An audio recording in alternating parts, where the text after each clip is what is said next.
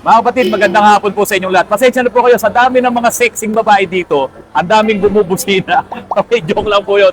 Yung mga nagtatanong po sa mga vlogs ko kung saan ko binili yung aking launch na scanner.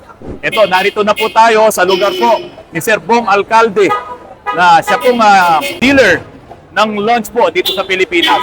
Ipapakita namin sa inyo yung isang pinakabagong scanner nila, na ito nga po yung ano to, Export 31. Export 31 Pad 9. Pad. Mas malaki po ito doon sa ginagamit ko. No? Ito si Randy. Oh, yeah. Okay, ito po.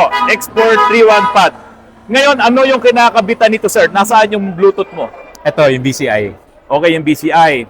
So, paano mo ngayon natin maide-demo sa kanila? Well, ito naman po is equipped with automatic detection. Okay? Intelligent diagnosis usually. Mm. So, normally pagka yung bin natin is globally registered yan, so there's no problem. So, the best thing is dapat i-connect mo talaga to sa Wi-Fi. Okay. So, it should be Wi-Fi connected Mm. para siya na mismo mag-recognize ng bin. Okay. So, most of the cars naman, new models, almost kaya niyang i-auto-detect. Ayun, So, that's oo. a good feature. Yung auto detection. Yes. Pero marami kaming experience kasi diyan talagang hindi na-detect yung mga models. Lalong-lalo na Isuzu. yung mga Yeah. bagong models ngayon na dito na inassemble sa Pilipinas. Yes, yes. So Okay? what's good about sa topology natin?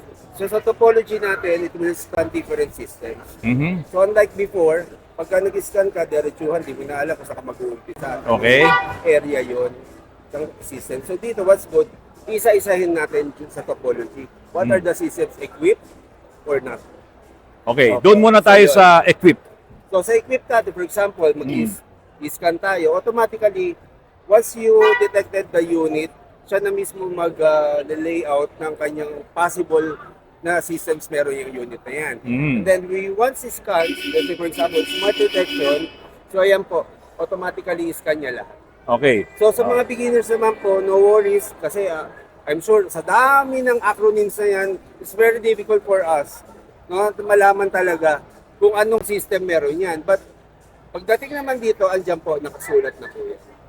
May isa-isa. So, hindi sila Okay. mahilig. Apo, apo. Yan po ang Mm. maganda sa topology. Mm. So, naka-breakdown talaga totally. Hindi kayo malilito. Correct. Opo. Ngayon, may nakikita ko. So, lahat ng green na yan, good yan. Yes, it Okay. means So, good. merong dalawang naka-red Yes. dito. Apo, red, it means Oh. there's something wrong. May because problem? may fault. Okay.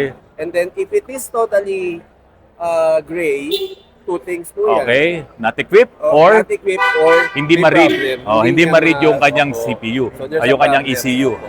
Okay. So, yun, madali lang naman yun sa mga mechanics So, eh. yan, Pero sa usual mga na yan. baguhan, Opo. okay, gusto kong pasukin si PCM. CM, we're going yung normal na lagi natin gagawin, it should be always report po muna natin. Mhm. Para nang sa ganun, before entering, baka kasi maklear ka Oh, agad natin. So always, mag-back down. Oo. report po muna natin to.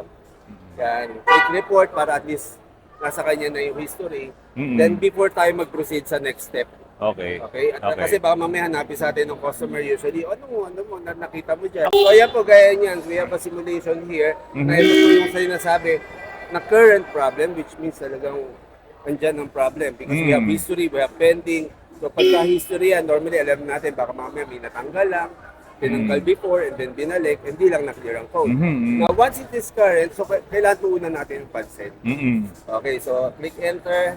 And then dito po, we can have the ayan na po, typical, alam nyo na yan. Read fault So, code. fault Sige nga, codes, paki-check ayun nga. po. Total demo to. Read Yan, fault the code. fault codes, we have the current. And So, pag nakita niya si P0401, 0401, so normally, halimbawa, as a beginner technician, I don't Oo. have any idea paano ko magsisimula. At saan area yan nakalagay.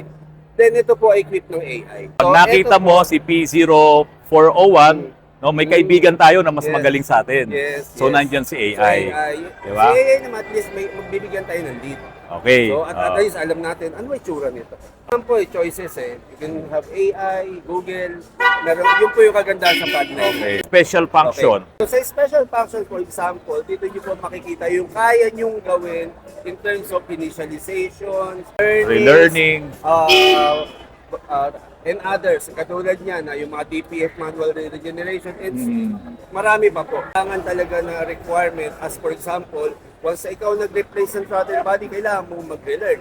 So nandun po yan sa Kaya nga po sometimes, alam mo na, pagka ang model ng scanner medyo mataas-taas, kompleto po yun. Okay. Kasi for example, sa lower models, we don't have injector coding. Mhm. Dito lang po meron. Yun po yung pagkakaiba talaga. Ito, bago na kasi, meron na siyang DPF, regeneration, para doon sa mga Euro 5. Tapos, meron na rin bang SCR to? SCR, Nasaan ang meron SCR? na Ayun, ito may for- SCR parameter na siya sa mga Euro 6, selective catalytic reduction, diesel particulate filter. So, yung mga sensors nun, napaka-importante. Kaya kung wala kang magandang scanner, huwag ka munang tumanggap ng Euro 5 saka Euro 6. Kailangan mo ng magandang scanner kasi mag-aalatsamba ka. Pero okay lang din naman. Pwede naman linisin. Kaya nakita tayong pula. Yeah. Okay? So gusto kong tignan yung fault codes at gusto ko siyang i-clear. Kaya ba rito? Yes, kaya po Sige. dito especially. Pero yun na rin po, isa rin pong way usually ng mga technicians yan, na kung halimbawa, usually, kiniklear talaga muna natin. So once we clear the code, ayan Okay. po, are you sure you want to clear the code? Yes. Mhm. Code completed, and then read fault Fault code. code. So no DTC. So, wala na siyang DTC. So meaning, we will again Yes perform. sir, yes sir. Yung may-ari, si Sir Bong. Sir Bong Alcalde, hindi po siya mayor ha. Okay, mayor. Okay. Since na-clear po yung DTC, kailangan natin i-make sure, road Oo. test muna tayo. Oo. Bago natin masabi na, Oo. na ayusin natin yung fault. Eh paano kung bumalik? Ay, yun ang problem. Talagang kailangan tuunan muna ng pansin. Kailangan mo nang alamin Oo, talaga alamin kung mo ano na yung talaga. problema niya. So, we will go to a deeper diagnosis. Oo. Yun na yun. So ngayon, ito, maraming nahihirapan sa paggamit ng scanner kasi nakita nila yung error, nakita nila yung fault code, kinlear nila, nawala yung DTC, tapos bumalik, Bumalik. di ba? Eh, ang daming tinuturo eh. Ah. Si AI, pwede mo tignan si injector, pwede mo tignan si common rail high pressure sensor, pwede mo tignan si mismong common rail, pwede mo tignan si fuel pump mismo, si Yeah. high pressure pump, eh ang dami nung titignan mo.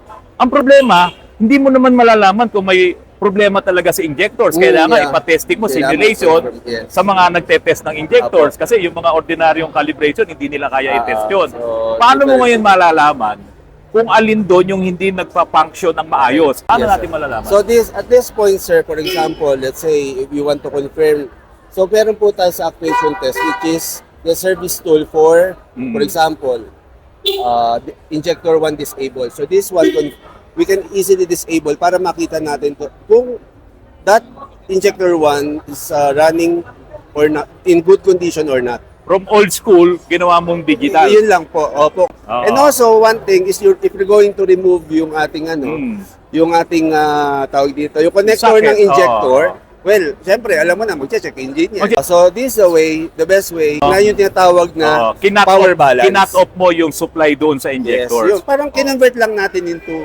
Paano kung yun nga, kung gagawin nila yung nagbubunot-bunot? Paano naman kung injector, napakahirap ang location, di ba? It's very difficult. Balik tayo sir doon sa sinasabi ko na paano mo malalaman kung si injectors ba ay nagtatrabaho ng tama? Yung kanyang feedback, injector feedback, Okay. paano mo So, malalaman? pupunta na po tayo sa data stream. Data stream. Yan. Okay. So, this is for expedition, no? So, ayan, makikita natin sa injector. Mhm. Pero normally sa diesel, iba. Sa CRDI especially. Yes, sa diesel iba. ngayon tayo, halimbawa sa iba. diesel tayo. Pero dito, for the sake of demo, no? So, meron tayong mga options dito na makikita natin sa iba-ibang terms, eh. Isang nakasulat doon, injector speed, something like yes, that. yes. Iba-iba ng Oo, terms, oo. iba't ibang unit, Oo. no? Okay. Okay, so let's say for this one. So we have the standard, it should be 360 so dapat yung value ay aayon sa standard. So makikita niyo now if there's a huge difference, meaning for example dito nag 100 lang sa fuel injector phase 4. Well, alam mo na. Actually, It's a good thing about this makikita mo pa yung comparative sample na to, yung comparative sample, pag kinlik mo yan, lumalabas doon yung talagang kanyang actual Yes. dapat. So magpupula yun, so malalaman mo kung hindi siya sumasabay, kung mali yung kanyang reading. Usually kasi Sample. they focus on trouble codes. So, and then, paano kung wala kang trouble code? There are some instances na nag-troubleshoot tayo na electrical problem, ECU problem, but there's no trouble code. So, kaya po tayo may data stream. Parang minsan masakit ang tiyan mo. Masakit ang tiyan mo, papainumin ka ng gamot sa sakit ng tiyan.